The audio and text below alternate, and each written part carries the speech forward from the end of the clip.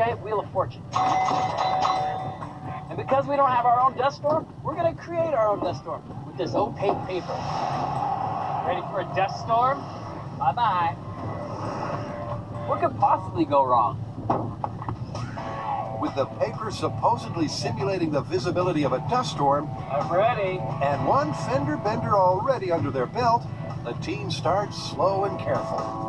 All right, let's start at 5 miles an hour and move up to 10 miles an hour. 3, 2, 1, drive. With just 2 drivers and not the full set of 4, the question is, can they drive nearly blind and in a tight circle safely? You're way off course, you'll stop. The answer would appear to be no. No, they can't. Where the hell am I? Next, Jamie supersizes his Sizzler, It's 100% illegal. while Adam pumps up the gas. Whoa! Wow!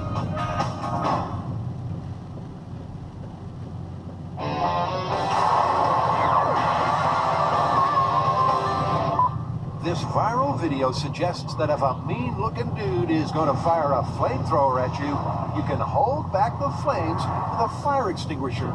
Apparently, the cloud of CO2 will balance out the burning gasoline by meeting it in the middle. I'm ready. First up, though, Okay, bring it in.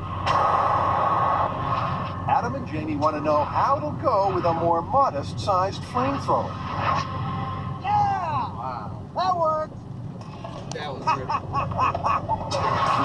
really... It certainly put out Jamie's fire, but it wasn't an unqualified success.